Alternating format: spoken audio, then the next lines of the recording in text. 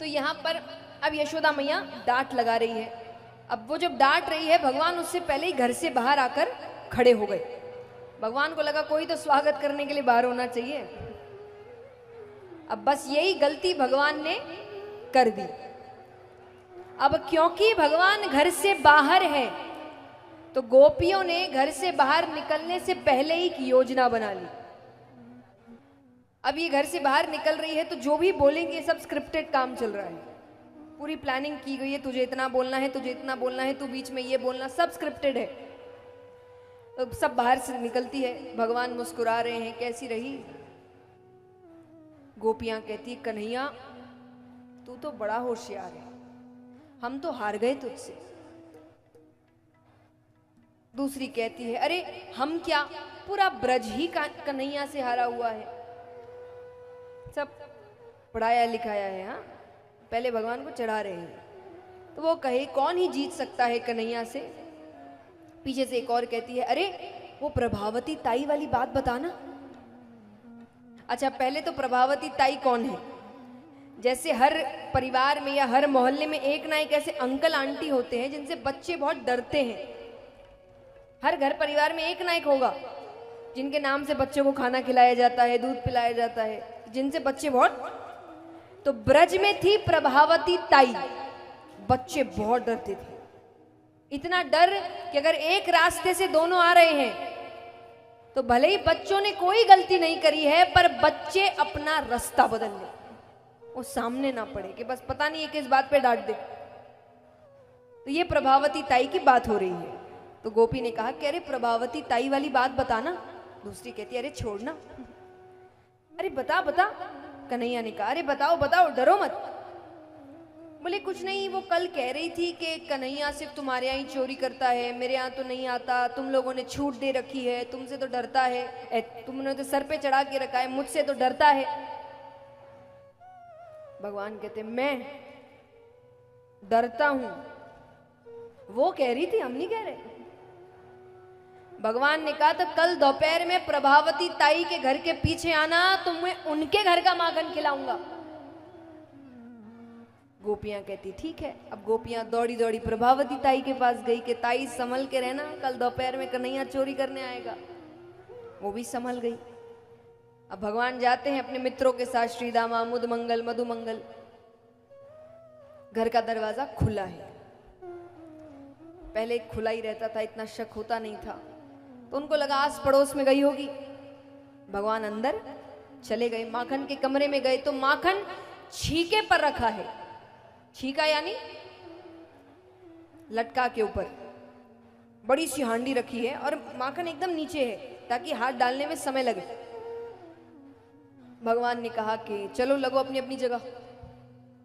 तो नीचे श्रीदामा, फिर मुदमंगल, फिर मधुमंगल, सब अपना अपना स्थान लेते। सबसे ऊपर भगवान। भगवान ने मटकी पकड़ी, अब हाथ अंदर डाल रहे हैं। तो जैसा मैंने कहा माखन बहुत नीचे है कि उनको समय लगे। भगवान और प्रभावती ताई दरवाजे के पीछे ही है छुप कर। उनको इंतजार है कि एक बार ये हाथ अंदर अच्छे से मटकी में चला जाए।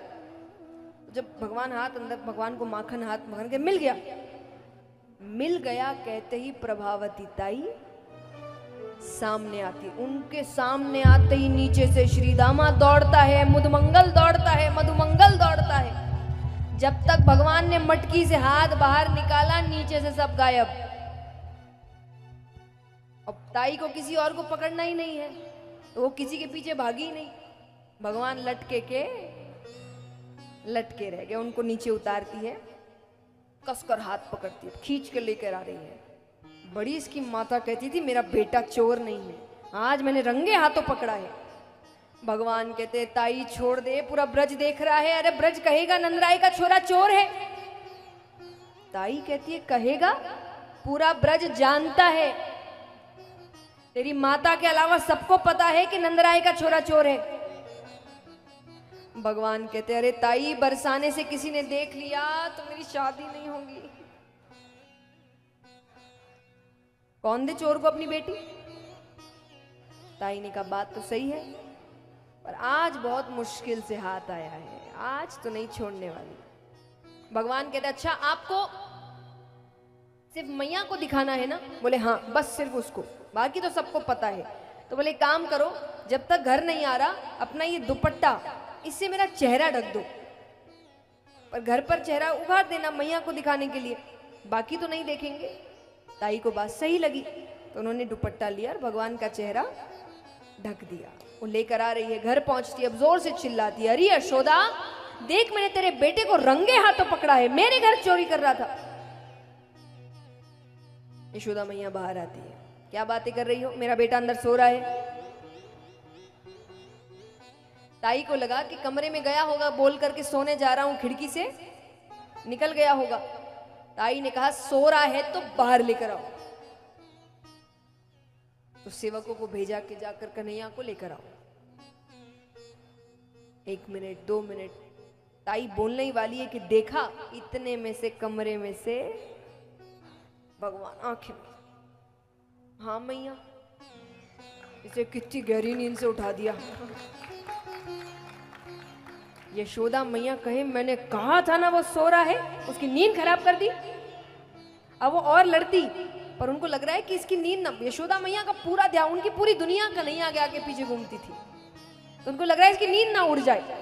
तो तुरंत भगवान को लेकर वापस कमरे में चली गई कि फिर सुला देती हूँ। प्रभावती ताई के मुख से शब्द नहीं निकल रहे। क्यों?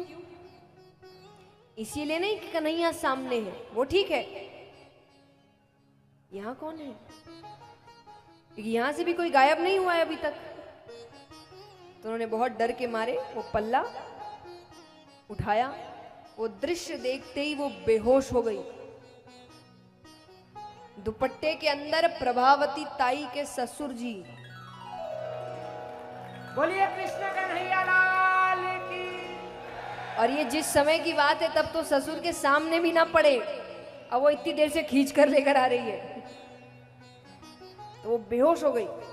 और इस घटना के बाद, जैसा मैंने आपको बताया था कि अगर प्रभावती ताई किसी रास्ते से आ रही है और बच्चे आ रहे, बच्चे अपना रास्ता बदल ले, तो अब अगर किसी रास्ते से प्रभावती ताई और कन्हैया आ रहे हैं तो प्रभावती ताई अपना रास्ता बदल ले, पर वो कन्हैया के सामने ना पड़े। तो ये है हमारे कृष्ण। तो भगवान जाते, आज पहला दिन है, भगवान गैया चरा रहे हैं, पूरे दिन गैया चराते हैं, शाम को घर लौट रहे हैं, थक गए हैं, भूख लग रही है, पहला दिन है ना, कभी भी इतने समय के लिए वो घर से बाहर नहीं रहे, बहुत जोर की भूख लगी है। अब यहाँ पर कुछ गोपियां भी गैया चरा दूध दही माखन बेच के घर लौट रही है। मैंने कुछ दिन पहले भी कहा था कि भगवान ने भेदभाव, दोनों काम कर रहे हैं, दोनों घर चला रहे हैं। लड़का भी काम करने गया है तो वो महिलाएं भी काम करने गई है। ये हमने चीजें बिगाड़ी आकर कि ये इसका ही काम है, वो उसका ही काम है। वो गोपियां भी दूध दही माखन बेच कर आ रही है, उससे धन मिलता था, घर चलता था, भोजन बनता था। भगवान ने भेदभाव नहीं किया था, हमने भगवान के नाम पर भेदभाव किया। असल में अगर भगवान की शिक्षा ग्रहण करेंगे तो भगवान ने गलतियां, कुछ गलत ऐसा नहीं किया था, उन्होंने तो सबको एक बनाया है। क्योंकि अगर उनको भेदभाव करना होता वो हर चीज में करते। अब सूरज की किरण पुरुषों पर ज्यादा पड़ती है क्या? बताओ, बारिश होती है तो पुरुषों पर ज्यादा होती है क्या? हवाएं पुरुषों के लिए ज्यादा चलती है क्या? चंद्रमा सिर्फ आपको ही रोशनी देता है क्या? भगवान ने तो कोई भेदभाव नहीं किया, प्रकृति में नहीं किया, हमने किया बाकी आके भेदभाव। तो यहां पर दोनों अपने अपने काम से लौट रहे हैं। अब जरूरी नहीं कि रोजाना हर हांडी बिक जाए, तो एक तो हांडी बच गई थी माखन की, भगवान को लगी है। भगवान कहते अरे गोपी, एक दो हांडी हमऊ दे जा। गोपियां कहती लाला तुझे माखन देने का कोई लाभ नहीं है। क्यों लाभ? मतलब भगवान का रंग सांवला था और गोपियां इस बात के लिए उनको बहुत सताती थी। वो हमेशा कहती थी कि तू बेटा ही नहीं है। यशोदा मैया गोरी, बलदाऊ भैया गोरे, नंद बाबा गोरे, तुझे उठाकर लाए हैं कहीं से। तो कहती थी कि तुझे क्यों दे, तुझसे क्या रिश्ता? अरे बोले मैं नंदराय का छोरा। बोले हमें तो नहीं लगता। और जब भी ये बात कोई कह दे भगवान को बड़ा क्रोध आता। तो भगवान ने नीचे देखा, कुछ पत्थर थे, हांडियां फोड़ दी। वो दूध दही माखन सब उन पर गिर जाता है। गोपियां कहती आज यशोदा के पास इसी अवस्था में जाएंगे। बड़ा कहती है मेरा बेटा चोर नहीं है। अब हम पागल तो है नहीं, अपनी आंडी अपने ऊपर ही उड़ेल लेंगे। अब भगवान को लगा कि अगर आज ये चली गई तो आज तो पिटाई पक्की है। तो भगवान कैसे तैसे गिरते पड़ते दौड़ते भागते गोपियों से पहले घर पहुंचते हैं। अब घर के अंदर प्रवेश करने से पहले भगवान ने बंसी बाहर छोड़ दी, मिट्टी में लोटपोट हो गए, मुकुट टेढ़ा कर लिया, श्रृंगार बिगाड़ लिया, रूप ऐसा कर लिया मानो कितनों ने मिलकर मारा है। अब भगवान रोते रोते घुस रहे हैं। यशोदा मैया जो एक आंसू ना आने दे आंखों में, वो ये दृश्य देख के तो मानो उनका कलेजा मुख में आ गया। वो कहे क्या हुआ, किसने ये हालत की, मैंने बोला था नहीं जाने को। भगवान कहते मैया मैं तो चुपचाप पेड़ के नीचे बैठा था, गैया चराकर थक गया था। तो गोपियां आती है और आकर कहती है बंसी बजा। मैंने मना कर दिया तो मेरी बंसी तोड़ दी, मुझे बहुत मारा।